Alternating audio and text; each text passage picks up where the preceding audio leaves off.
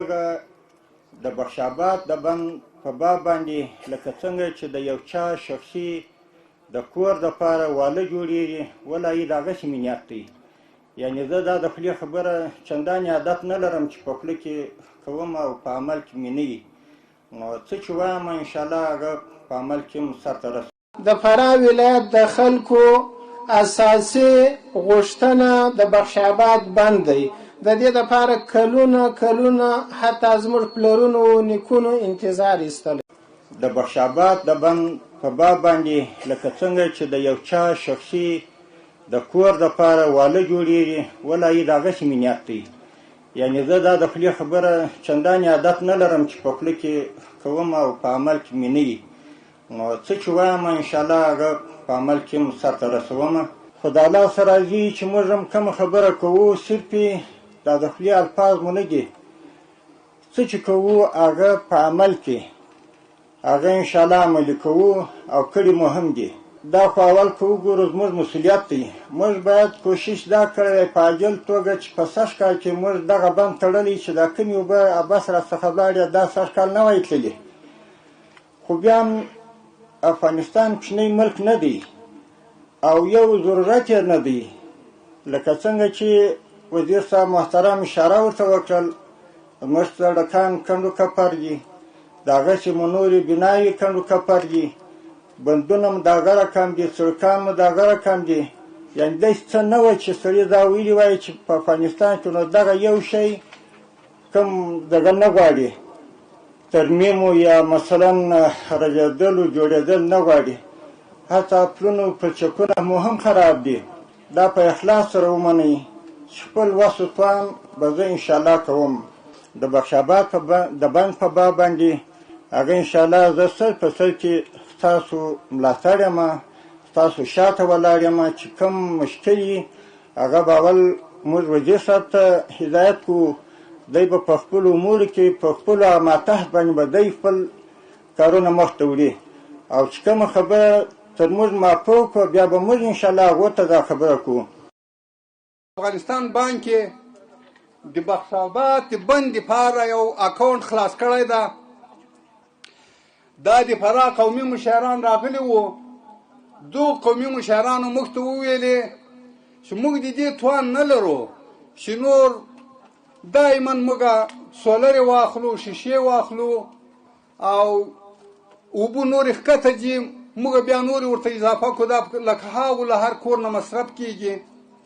نو موږ په ټول فراه ولایت کور په کور ګرځېدلي یو، موږ په دې موافقه کړې ده او دغه واده هم تاسو د مشرانو کړې وه. مخته چې زه راغلی وم چې تاسو موږ ته بانکي حساب خلاص کړئ، موږ له کور نه چنده ورکوو، د کور په سر باندې پیسې ورکوو او دغه بند به موږ جوړوو. دا واده قومي مشران تاسو کړی وه که نه م کړ؟ جزاکم الله. نو اوس هم حساب درته خلاص کړی ده، اوس اتې خپلې پیسې ورته ویلوئ، کمپنۍ به خپل کار کوي. انشاءالله په یو کار کې به دا بند موږ او تاسو جوړوو که خدای کول. جزاکم الله. نو دغه دوه خبرې وې. حکومت نظام هم په خپله خبره کې صادق وخوت، یو څه پیسې ورته را پیدا کړې، د مشرانو شفقت هم را جلب کړ، نن هغه د په هغه باندې عملا کار شروع کېږي، تاسو به هم کار شروع کړئ. نو انشاءالله دلته به هم په دې فراه کې بیا یو داسې انقلاب راځي چې دغه خلک دغه عوام مجاهدین خلک به نور دغه سولرو نه د دې شیشو نه به هم خدای تعالی خلاص کړي. د دې به ګټه همدا وي چې یو خو کوم کاریزونه وچ سوي دي یا کومې ساګانې وچ سوي دي، د دغه بند په جوړېدو سره به هغه انشاءالله په تحرک کې راشي. دغه بهیدونکي اوبه په فراه ولایت کې دي چې تر اوسه پرته له دې چې په ډېره محدوده توګه ګټه ترې واخیستل شي، همداسې بهېدلې او هېڅ ګټه هم ترې نه اخیستل کېدله.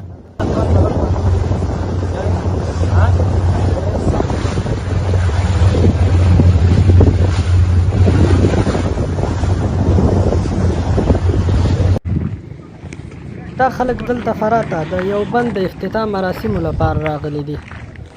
دلته په فراه کې له کلونو انتظار څخه وروسته د اسلامي امارت د اقتصادي معاونیت له لوري د ولس په همکارۍ سره د فراه د بخش اباد بند پرانیستنه وشوه.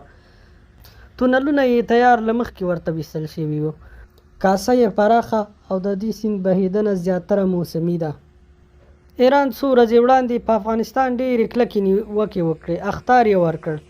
که چیرې افغانستان د ایران پوره حقابه ورنکړي نو بیا د افغانستان ګیله نه کوي. افغانستان حکومت د یو سیاسي اعلامیې له لوري په ډېر نرم او سړه سینه ځواب ورکړ. خو تر ټولو ښکلی ځواب ایران ته افغانستان په عملي توګه په فراه ولایت کې د بخش آباد په بند باندې کار شروع کړ. د بخش آباد بند ښي طرف 50 کیلومتره او چپ لور ته 52 کیلومتره کانال په لرلو سره په ټولیز ډول 68,590 هکتاره کرنیزه ځمکه خړوبوي، چې ډیره یوه ستره اندازه ده چې د هیواد په راتلونکي اقتصاد کې به پوره ونډه ولري. د افغانستان د اوبو انرژۍ وزارت وزیر وویل د ولس په همکارۍ به دغه بند په 1 کال کې تکمیل کړي او ګټې اخیستنې ته به یې وسپاري. همدا ډول د افغانستان اقتصادي معاونیت ښاغلی ملا عبدالغني برادر هم په دغه غونډه کې موجود و.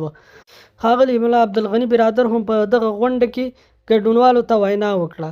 هغه په خپله وینا کې وویل چې هغه خبرې نه کوي چې دا پرې عمل نه کوي، بلکې څه یې چې په خوله ویل کېږي داسې څه وي چې عمل او وسه کې موجود وي او په خپلو خبرو د عمل کولو توان ولري. شاید ایران د افغانستان له همدغه پلانه خبر وي چې افغانستان کې په سیندونو باندې پراخه بندونه جوړوي، نو له همدې امله یې دغه وروستۍ څرګندونې کړې وي تر څو د دغسې بندونو د جوړولو مخه ونیسي. خو اسلامي امارت دا د نن په رسمي ډول د فراه د بخش آباد د پل پرانیستنه وکړه. همدا ډول هیوادوال د اسلامي امارت څخه غواړي لکه څنګه چې په فراه بخش آباد کې د ډیم پرانیستنه وکړه د کونړ په سیند هم بند جوړ کړي تر څو پراخه بهیدونکي اوبه د افغانستان دننه کې ګټه اخیستلو لپاره برابره شي. د فراه په دغه غونډه کې د افغانستان اقتصادي معاونیت، همدا ډول د اوبو انرژۍ وزیر او ځایي خلکو قومي مشرانو ویناوې وکړې او د اسلامي امارت له دغه اقدام څخه یې هرکلی وکړ.